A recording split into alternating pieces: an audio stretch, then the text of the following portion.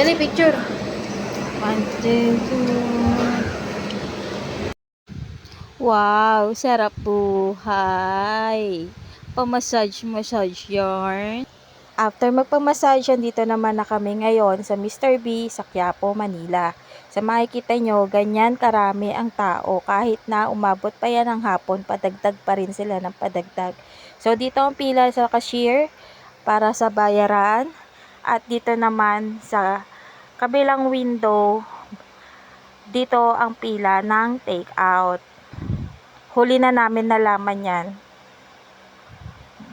Magulo lang yung proseso sa una dahil walang nag-a-assist sa amin, pero if makabalik ka naman na sa second time, alam mo na kung paano ang gagawin. So, ayan. Mabilisan.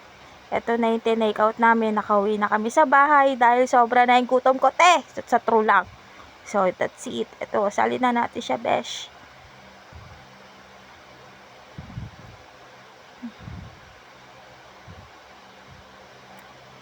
Yan, ang laman niya, guys. Sorry, magulo yung camera ko. Tapos, itong isa, hindi na namin niya binuksan. Kasi, as in, sobrang dami niya.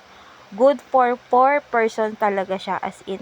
So, ito, worth 480 pesos. So, ayan, hindi naman halata na gutom na tayo, beshi.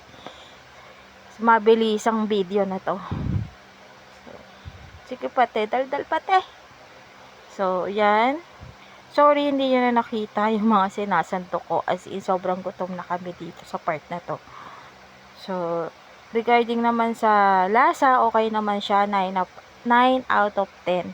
Yun ang rate ko sa kanya. So, yung sebo, hindi mo siya makita na nagsisebo eh. Lalo na, ang tagal ng binyahe namin. Expected yon na pagbukas ko, may mga namumuo-muo na siya. So, sa kanina nga na pinakita ko, wala naman siyang ganun. So, ayan. Laki na subo mo, sis.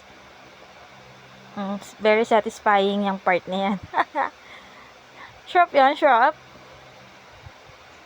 Kain pa morte. Mukbang sana, sis. Kaso nga lang, hindi ko napakita yung kinakain ko.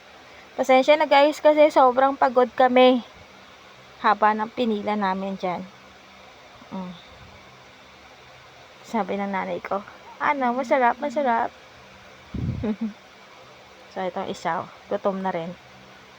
Ayaw niya pa magpa-picture niyan. Oh,